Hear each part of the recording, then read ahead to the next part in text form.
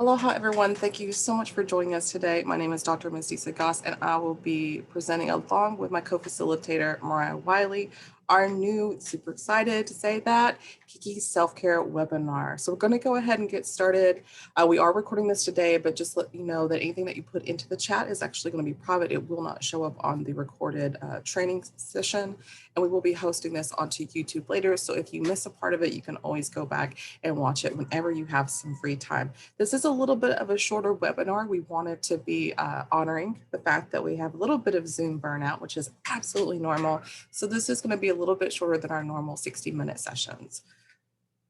With that being said, we also want this to be really interactive. So if you have any questions as we start to move forward, please feel free to drop those into the chat. If you have any questions about some of the exercises we'll be talking about and practicing today, if you have it in the moment, share it in the moment, and we'll be able to have that really awesome interactive experience.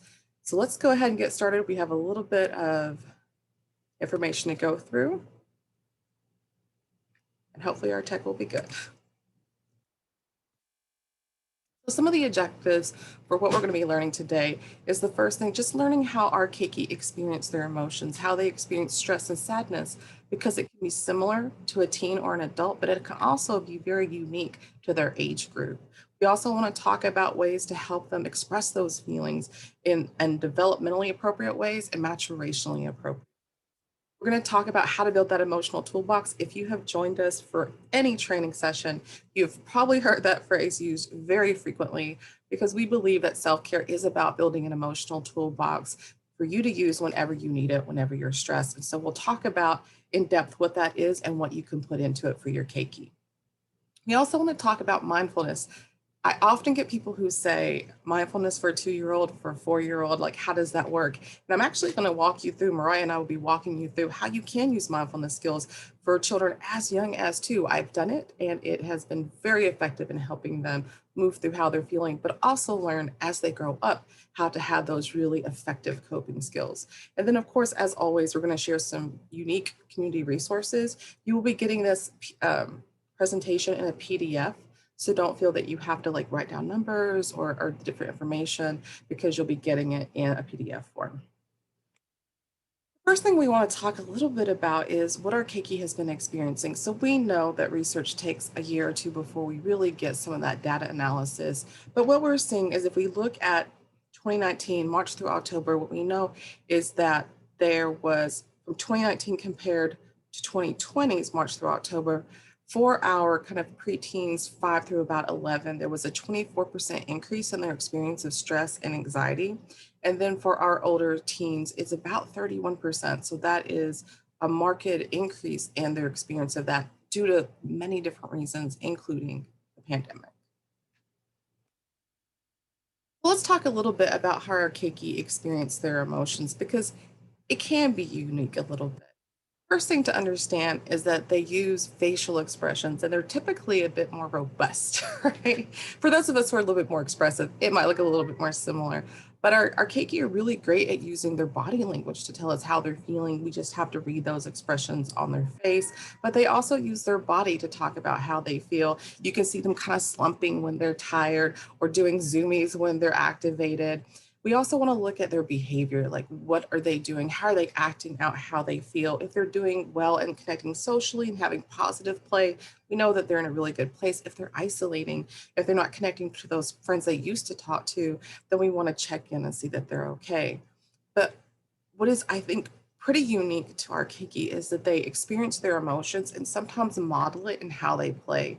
So if we pay a little bit of attention as to how they go about the games that they're playing, interacting with the toys that they have, they often go into telling a story. And most oftentimes, that story has a little bit to do with them. And so you can actually join in the play and do a little bit of questioning and, how does she feel and what's going on? I wonder why she feels that way when they are engaged in play that you think could be the modeling how they feel.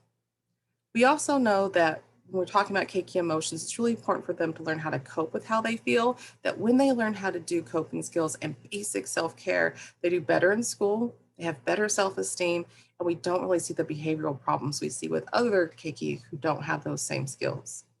We also know that how they learn isn't just by watching something on TV or being told something in school, but it's also them just being really observant of the people around them. So if you want to see a certain behavior with a child in your life, then you have to model it as well. I think that can be difficult because we also want to be honest with how we're feeling. And it is okay to say I'm stressed. It is okay to say I'm sad. But then we just want to model, what do you do when you feel that way? And that's when we start to talk about those emotional toolboxes.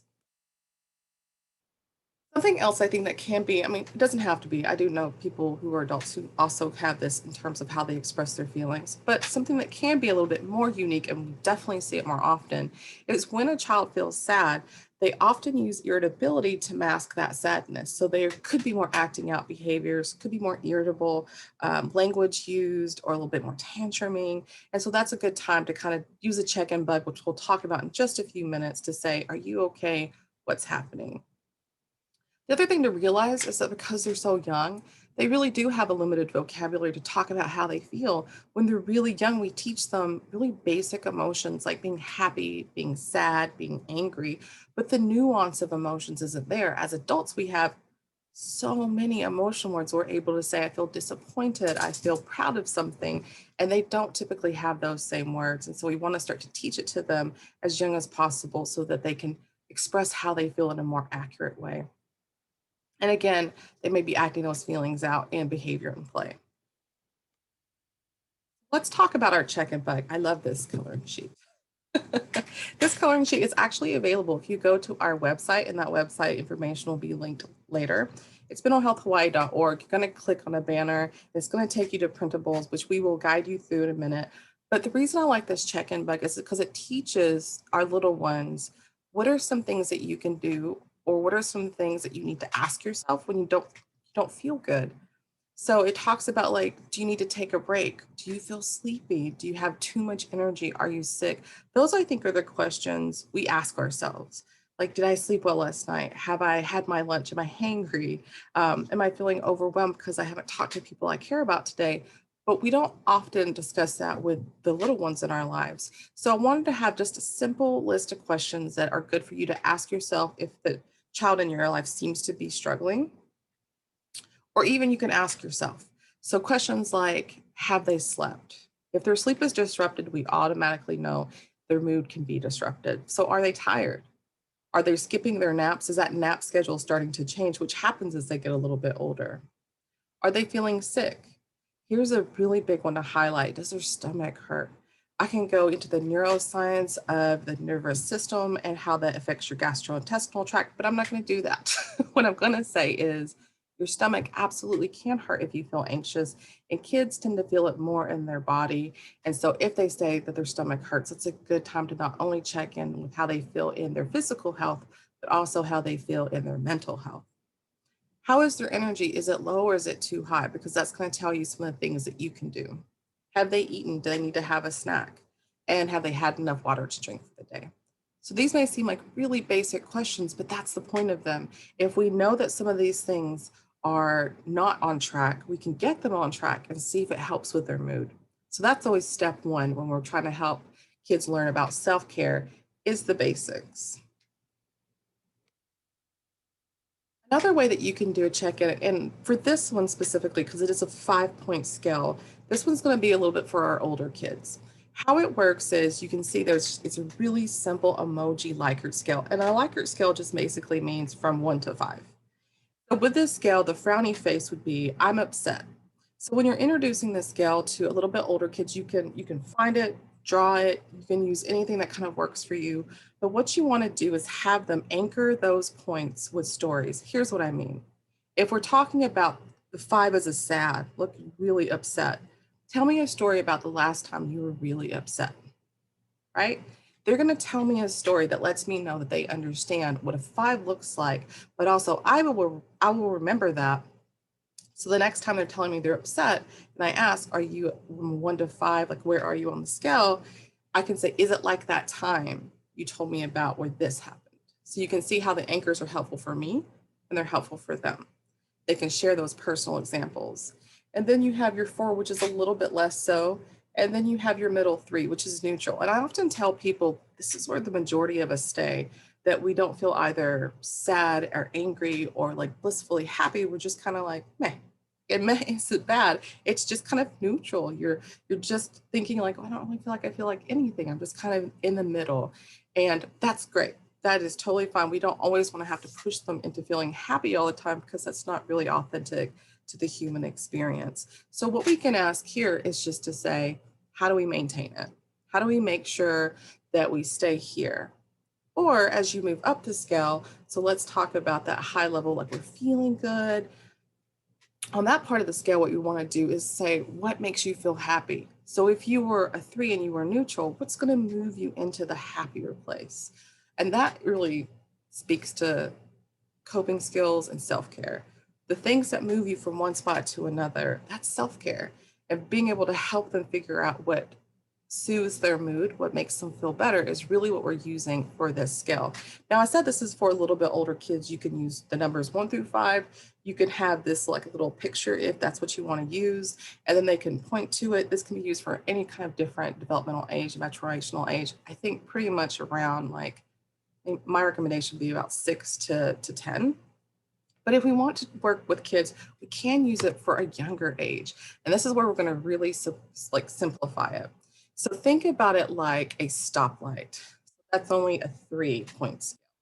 When we use that type of scale, red means stop. We're going to use it just like we normally use it. Red means stop, I don't feel okay. I'm upset. So that's a great time to say, are you a red, yellow, or green? I'm a red, I'm upset. Okay, what can we take out of that toolbox? Yellow is caution. I'm not quite sure. I'm not angry, and I'm not happy either. So that's where we start to do that check and bug again. Like, are you tired? Are you sleepy? What's happening there? Let's figure out what it is so we can move back into the green, which is green's good. It's a go. I don't have any concerns. Like, I feel good. So you can see how that's really effective to work with kids that are very young. They understand the stoplight. They like to play the stoplight game of like, go, stop, that little game. And you can introduce it if they don't already do that and start to pull in some of this emotional piece into it as a Likert skill. So they understand it's good when you feel upset to stop and take a breather. When we start to teach emotions to Keiki, we need to talk about and understand why it is important. The first thing is we want to normalize those feelings that everyone has emotions and they don't have to be good or bad. They're just there. And when we learn about them, it tells us what we need. And when we know what we need, do it. And that helps us decrease our anxiety. It helps teach us how to self-soothe. And it also keeps us from having acting out behaviors. It's not to keep all of the acting out behaviors gone, but it is going to help maintain more of that neutral stance, more of the positive emotion, and that is going to help with those acting out behaviors. Also, we want to learn self-care. When they learn self-care at an early age, they use it and they keep making it more complex to match their age so that as adults, they'll be very successful in having those coping skills already in place. And that's what builds our really good mental health. And then, of course, step 4, if you build the skills now, you use the skills forever. And we really want to make sure that we're doing that for this next generation. So let's talk about teaching emotion names. I said it earlier that we're really great early on with teaching emotions like anger, sadness, happiness, but we can also start to teach a little bit more complex ideas, even to really young children. I work with children as young as 3 who did understand these concept words of emotions. So the first one would be things like brave. When someone feels scared, it still goes out and does the thing they need to do. That's being brave. And when they're watching TV programs or they're reading books or watching movies, you can start to introduce those kind of emotion words by saying, wow, they were brave. What makes them brave? And just walking them through understanding what that is. But they'll tell you that sometimes already on their own, like, oh, he was brave. And that's what you really want. Of course, cheerful means really making an effort to be happy. Bored, like that's our blah. Like I'm sure we hear that frequently.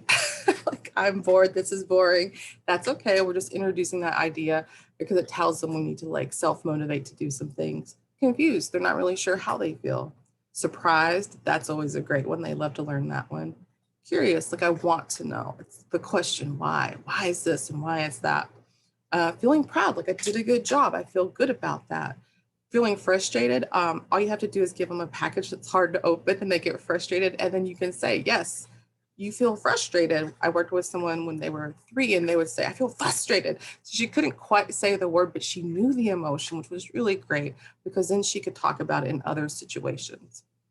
And then, of course, silly. They love to be silly. So, this is a really good one to teach them. I feel silly. So, maybe they're having a hard time sitting still. Maybe they're being a little bit louder. And that's a good time to say, like, what can we do when we feel silly to kind of help us get that out? We're not trying to get rid of it. We're just trying to channel it in a place that's like effective and appropriate. So, what are some ways, other ways that you can help to teach those new emotions to them? There's a little game you can play. So, this game's called Mirror, Mirror, What Do I See? Here's how you play it. You just tell them, like, I'm going to be a mirror, and whatever I do, I want you to do it too. So, if I do an emotion, you do the emotion. And this is where you can be really expressive and big. So, then you can be like, I feel surprised. Show me surprise. What would I look like? And then they can mirror that back. It just starts to teach them some of that early facial recognition, the body language, and then they start to use those words in a more familiar and comfortable way. So, mirror, mirror, what do I see is just a great way to model healthy emotional expression. And be careful when you're mirroring a little bit more challenging emotions like anger, not to kind of like stomp and hit things or to like have it be too big because we don't want them to model that, right? You can make the grimaces and the faces and then maybe raise the voice just a little bit to say, like, sometimes when I get angry, my voice gets grumbly, right? And so they can understand that those are the kind of appropriate changes that happen. Now let's talk about the emotional toolbox. Again, if you've been to any of our trainings, you've probably heard this phrase so much that you're probably like, I get this. But for those of you who are new for us, the emotional toolbox is just such a crucial tool to have. And basically, what it is, it's all the coping skills, all the tools. You can actually have a box, and we're going to talk about that in just a second, that has items in it. And it's about self care, and all those things are going to teach your child to self soothe. It's going to help them manage how they feel. If you decide to create an actual toolbox, you can put some things in it that your child really enjoys. Their favorite books, their favorite movies, their favorite plushies. If they're one of those blanket kids who just love those blankets, then you can put it in there, put all their favorite items into that box. And so when they're telling you they're having a hard day, you can say, do you need something from your box? Then they can go and pull it out. And it's okay if they pull out more than one thing because you can let them know sometimes it doesn't always work. We need more than one thing, which is quite true for all of us. So it's nice to have an emotional toolbox, but it's also really nice for our really little bitties to have a concrete box with things in it that they can pull out of because their expression, again, is going to be a bit more limited. The other thing to know as parents, guardians, and caregivers of our Kiki is that they have different emotions and the interventions have to be a little bit different for each one as well. For example, if a child's having issues with anger, it can be helpful just to have them burn off some of that energy first. You're trying to have a really in-depth conversation with them and looking them in the eye, but they're one of those active kids who can't sit still when they're upset, then go play a game with them instead and then come back and talk about what's happening. Help them figure out what's causing them to feel so frustrated and angry, and then use the dive response. And we're going to talk about the dive response in just a minute. When we have kids who just kind of get frozen, and by frozen, I mean sometimes they feel so overwhelmed, they just don't know what to do. They seem to be somewhat frozen in their expressions or in their behavior. And you're like, are you okay? And they're like, I don't know. When that's happening, a really good thing, and we're going to again talk about how you do sensory grounding. That's a good first step. Sensory grounding just means kind of like playing a simple game of I Spy. Tell me three things you see, two things you hear, and one thing you smell. It brings them back into the present and helps them refocus. That's about mindfulness too, staying in that present and finding some way to engage their senses so that they unfreeze from that anxiety and stress. And then, of course, just helping them soothe. Self soothing is so great because if we don't teach them to do that, they will come to us to soothe, which is fine. But at some point, we also want them to have a little bit more autonomy and to feel like I also can make myself feel better. That's just a normal part of aging. And of course, feeling stressed and anxious, start with that check and bug and say, Okay, have we slept okay? Are we feeling sick? Have we had a snack? Like, are all the basics covered? If all the basics have been covered, then we're going to move into just self soothing and using some of our emotional toolbox pieces. For the older kids who are in school, this is a good time to figure out if it's school related and if it's a really big project. If it is school related and it's a big project, just sitting down and helping them figure out how do you break that down into really small chunks and then prioritize those chunks so you know which ones to do first and that it's in small enough doses so that you feel less stressed. I think kids can do pretty good at the big picture. They just have a little bit harder time learning how to organize and prioritize. And that's where we can come in to help them do that. So let's talk a little bit about the dive response. Again, you might have heard this in another training, but it works for people of all ages. So, what the dive response is a simple gland that sits in your nose about here. And when we go swimming, it activates. Why is that important? Well, when we get really stressed, frustrated, and irritable, if we get too stressed, our nervous system kicks in. And a lot of the things that we try to do, like going for a walk or talking to a friend, they just don't seem to calm us as quickly as we need. So, what we're going to do is use that dive response to calm our nervous system. You can't always take a keiki swimming because that is how we would activate that gland. But what you can do is use a couple of different methods to fool the body into activating it. The first one is you can take a bowl of water and they can put their face in it and hold their breath and then come back up, kind of like a duck diving in the water. And that's why we have that picture of the duck. It's just a really great reminder that sometimes the ducks put their head in the water because, again, it will activate that gland and calm that system. Now, not all kids are going to be up for that. Let's be honest. Some are going to be like, I'm not doing that. That's okay. The other alternative is to simply take a dampened rag and place it across this part of their face, having them hold their breath for a little bit and then slow those breaths back in. That will absolutely start to activate the dive response and calm them down. So, this is a great one to have in your pocket if you're a caregiver and you need to help a child kind of bring but themselves back into a calmer state, the dive response.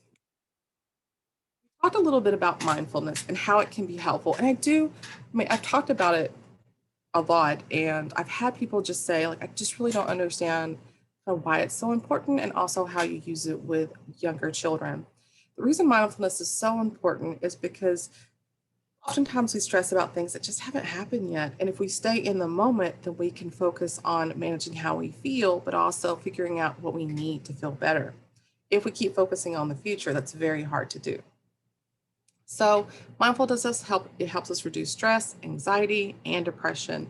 It also helps them pay more attention and focus, which is great for school, but it also teaches them about mental health and gives them a really solid base for it. So let's talk about mindful activities that you can. One thing that you can do, which is very simple, is mindful eating.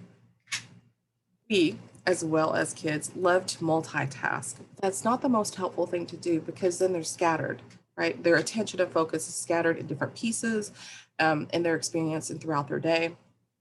Mindful eating is really about taking away as many distractors as you can, but also having them focus on what's in front of them. The orange exercise, which I love, can also be helpful in teaching them about mindful eating. So here's how it works. You take an orange, but you can really use anything, an apple, any type of like fruit or vegetable that they really enjoy, and have them hold it. Don't let them eat it yet, just have them hold it. And then have them feel like the texture of it, smell it, and just kind of get that really great sensory feel for it. Then you're going to tell them, let's go on an imagination journey.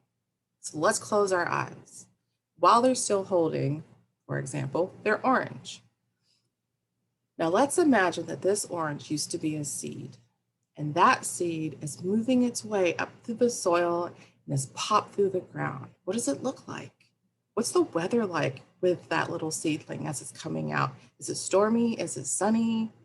And who's going to help take care of that as it grows into a big giant tree? About this time, they're going to tell you it's going to be a farmer. What does the farmer look like? And so then they're going to, again, do a little bit more of that sensory grounding, visualization, walking you through that process of what the farmer looks like, how he's taking care of that tree. And then you say, now the farmer's going to come and pick that orange. And he's going to put it in his truck and he's going to drive it all the way to the grocery store. And where did we buy the orange? So you kind of, if you bought it from a farmer's market, you just kind of match up the scenarios. And they're saying, and now you have the orange. Now slowly peel it open. What does it smell like? Having grown in the sun, having been cared for so much, what does it feel like? And then at the last, you say, now take a bite. What does it taste like? Let's give thanks to everything that worked so hard to make that orange. It's a very slow, intentional, mindful way of teaching gratitude, also teaching to stay in the moment instead of just like watching TV and putting the snack in the mouth without really being there in the moment. So that's a really great one. You're not going to do it frequently. It's not going to be every snack time. You're just going to do it every once in a while, especially if they have a cool new treat or they're really into like gardening in that moment. Like those are all great times to kind of do it again and do a repeat. Of course, breathing exercises, and Mariah is going to walk us through some different options for that, as well as rainbow walks, which are all great mindfulness activities. The other thing I think is that we want to make it easy. We don't want you to have to feel like, how am I going to add that also onto my schedule while I'm caring for, different family members or working or all the different kind of cross competing things that we do. So I think you can do it in different ways. One of the things I find very helpful is just to have a couple of mindfulness books. That way, like it's there, you read it and introduce it, but it's not a big deal. It's just part of like their nap time or they're going to bed at nighttime and they don't have to like feel it like it's separate. Peaceful Piggy meditation is a great one just to put in there, just to have an extra like mindfulness book in your box. A Handful of Quiet is an amazing book by Thich Nhat Hanh, and it's about taking some rocks, some special rocks that they could go find out in nature and having them represent different things like a mountain and sitting like a mountain and being like a mountain. So it's actually a bit of an activity book where they can learn different states of being and imagination in there. So that one's a really great one if you want to be a bit more active. And then Puppy Mind, I recently just read this one and love it. The reason I like it is because it likens the mind to being like a puppy and how exuberant and unfocused puppies are. And so one of the pages was talking about their mind being instantly drawn to an opened door, like what's happening out there, what's going on, just like a puppy would be. So I think that it starts to teach us that our minds can be distracted, but just like puppies are, they can be trainable and they can learn to have peace and quiet and calm. And so that's a really awesome one to add to your collection. You'll also see some fun bookmarks in the corner. Those are from our Busy Bees, our Facebook group. So if you're looking for some free bookmarks for the Keiki, they are also on our website. There are also different kinds of books. Doesn't have to be directly about mindfulness. They can be about different topics. What do you do with a chance? Oh, I love this book. It's about sometimes we feel anxious about a chance and we don't take it. And what we do between that moment and the next time the chance comes is we prepare, ready to take our chance. And it's a beautifully illustrated book. Highly recommend it. Sometimes for grief, that does seem like a really difficult topic to kind of approach our little ones about. But this is a nice introduction because it talks about a child who has built this beautiful structure and it falls down and they're so upset and they are trying to figure out what to do with that feeling of being upset. And all the different animals come and they're like, let's laugh about it, let's rebuild it, let's ignore it and kick it. And so they come up with all these different ideas, but the child's like, I don't want to do any of those things. And then the rabbit comes and he just sits. The rabbit just sits with him, says nothing, and that's when the child starts to tell them about what happened. This is what happened. My structure fell and I felt this way. And the lesson is that sometimes all you just really need is a good listener. Because after the rabbit listened, the child was able to go back and rebuild that structure and feel really good about how they were able to move through that feeling. And of course, the napping house, just a good one for sleep. It's beautifully illustrated. It's a fun picture and it builds on itself, just like Room on the Broom and some of our other classic books. But again, just really great to have some of these other kinds of topic books in our child's collection to be able to introduce different kind of concepts without having to feel like we have to put a lot of time into it. I'll hand it over to Mariah for grounding. Hi, thank you. So yeah, I'm just going to talk a little bit more about some of those mindful activities that we can teach our keiki. And one of the first ones we're going to start with is grounding. And it's a really good technique that can be used to kind of help teach our keiki to come back to center. And so, kind of something I'm just going to read through here that you can kind of read to your children. Um, you would say a tree has roots that flow deep into the earth. Some forests are so old that the tree roots weave together to hold them all in one place. And when you feel stressed or upset, you can be like a tree and remember to connect to the ground. So you ground by taking in a big breath through your nose and slowly letting it out through your mouth. And then you can say, I'm as tall as a tree. My feet are like roots on the ground. My back is straight, like the trunk of a tree. My arms are like branches that I can stretch to the sky. Um, when I wiggle my fingers, they're like the leaves in the wind. My head is the canopy of the tree. I can see all around me and I can be like a tree.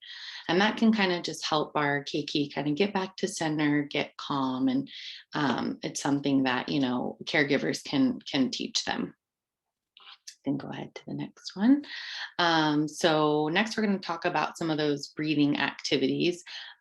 This first one is bubble breathing, and basically it's just simply using blowing bubbles to kind of help introduce our keiki to calming breathing in like a fun and exciting way. The goal is to teach keiki to focus on blowing really big bubbles, which kind of encourages them to focus on their breath and breathing in a slow and calm way. It's really a tool to teach them to kind of help them understand how it feels to do calming breathing and see if it would work as a tool for them. When we get anxious and we get overwhelmed, we tend to breathe really shallow and quickly. And teaching keiki to kind of slow their breath can kind of help them cope with some of those anxious feelings. Go ahead. So here's another breathing exercise. This is called pinwheel breathing. And again, it will help teach our keiki how to cope when they're feeling anxious and overwhelmed. Basically, caregivers can instruct their keiki to hold a pinwheel in front of their face and then to take a deep, slow breath in, kind of hold that breath for a second, and then slowly release the breath by blowing the pinwheel and repeating as much as needed.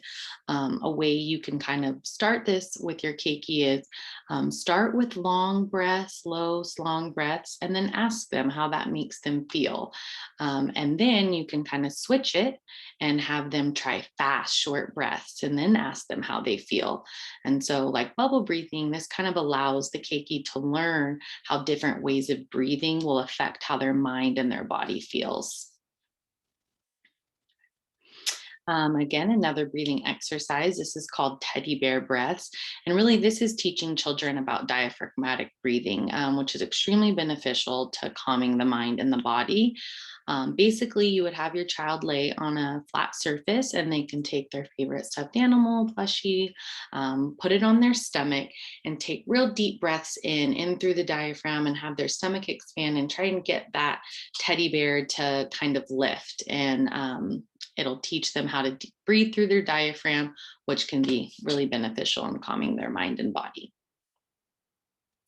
This next one that Dr. G mentioned earlier was the rainbow walk. And so it's really just a simple and fun way to kind of practice mindfulness. Basically, you're using your sense of sight. So you can take your keiki out, go for a walk, and look for something red, look for something orange, yellow, green, blue, purple, violet. And then you continue to go through the colors in order till the end of your walk. And then this last one I'm going to talk about is calming jars. And these are a really great tool when keiki are feeling overwhelmed. So they're also super fun form of art expression, and they can be beneficial for keiki with or without sensory processing problems. When our kids are feeling overwhelmed, they can shake and squeeze the calm down jar and kind of let the sight of the floating glitter soothe them. The jars really work because they appeal to the visual, the tactile, and the auditory senses all at once. kind of making them a really effective focal point for keiki. And I'm just going to kind of walk through how to make them. So you can use like a glass jar. It doesn't have to be a glass jar, any kind of jar that has a nice, good seal on it. You'll add warm water to the jar until it reaches about halfway. You'll add glitter glue and stir until it's all combined really nicely. And then 1 to 2 drops of food coloring, and you can have your keiki choose any color, which will kind of make it, fun and exciting. And then add your glitter, stir it all up. And then you'll fill the rest of it up with warm water until it's almost to the top, and then secure that lid really tightly. And yeah, and then they can shake it when they're feeling overwhelmed. And they can also kind of be used as a little bit of a like a magic trick. If you look on the screen there, the one at the second to the end is black, and when the glitter's not shaken up, it's actually just clear. And so it's kind of cool once the kids go ahead and shake them up, it brings it to life, and it's like magic. And then this last slide I'll be talking about is just mindful parenting and some tips. And so just always to remember that you're doing your best for your keiki, and be curious, be open-minded, always be willing to learn, and be open to using different methods with different children. Always try and communicate clearly and simply. Definitely works best with our kids. Model gratitude, show support, and then most important, just play and have fun.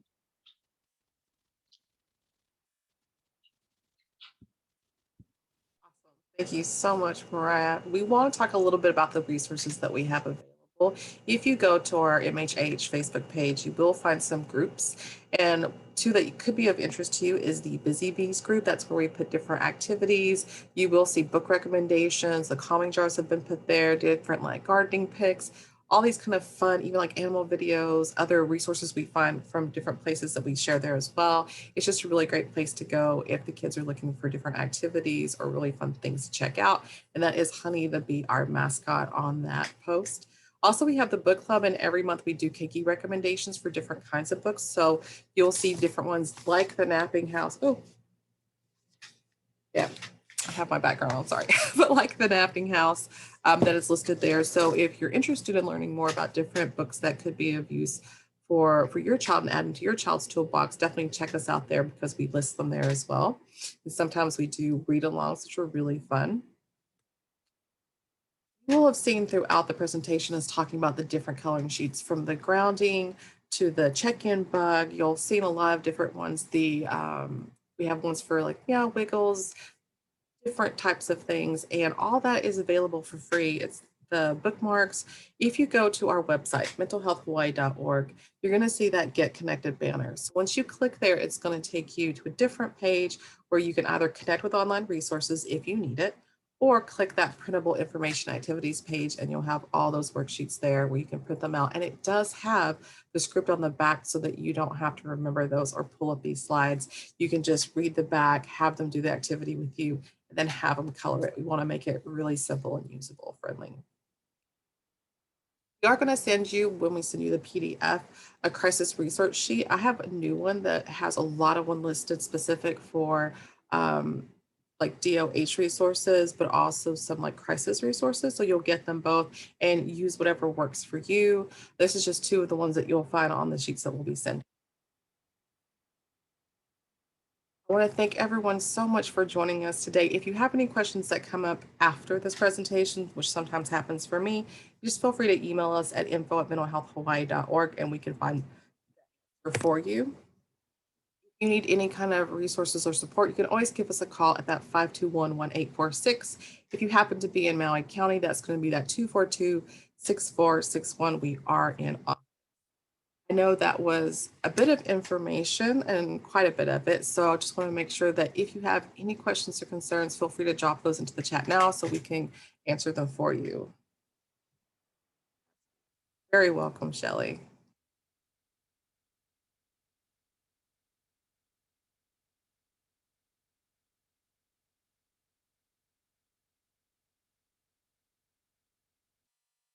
Any other questions? Oh, there's one I think popping up in Q&A. Let me check that one.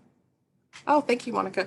Where can I find the recording of this presentation? It will be on our YouTube. So if you look at MHA of Hawaii, let me double check that really quick. I think it's MHA of Hawaii. Um, all of our sessions that we do typically are recorded, at least one of them are there, and then you can access it whenever you have free time. We started to realize that people are really busy and definitely having busier days, don't always want to come in and do a webinar. So we wanted to make sure that when you did have that free time, you could do it.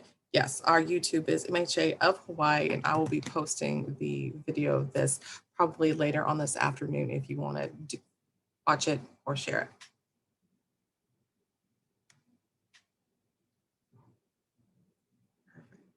So I don't see any other questions coming in. So I do just want to say again, a big thank you for coming in and learning a couple new things, hopefully, that you're going to be able to use with your keiki, and just share with other people or parents who might be interested in them. All right, did you have anything that you wanted to add? No, I think that's it. Thank you. Question in the chat. Okay, perfect. Leslie. Oh, Leslie, it's an excellent question. Absolutely. What we've been working on is teaching kind of general self-care and coping skills, but we have embedded in those a little bit about keiki and adolescence, and we started to realize people were having so many questions really specific to those age ranges. So the next one that we're going to be working on is definitely going to be one that's geared to more adolescents, but we do have some that are already ready and available. So youth mental health, you're going to see youth self, there's going to be different ones on our Facebook page on the events. We do have youth specific trainings already present. We may be doing a short one that just has a little bit more specific to things like the bibliotherapy, the books, the different resources, but we do have some already there. So please feel free to check out those community events to find those trainings there.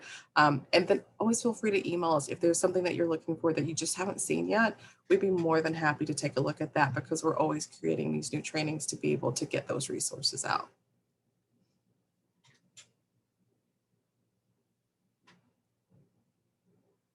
Absolutely. Thank you, Leslie. I don't see any other questions. Everyone have an amazing long weekend. I am super excited about it. Have a really great weekend. Focus on some self-care for yourself as well, because I know it's been a really difficult and long road that we've been on, but also find some time to have some fun. That's what it's about. Have a great weekend, everyone.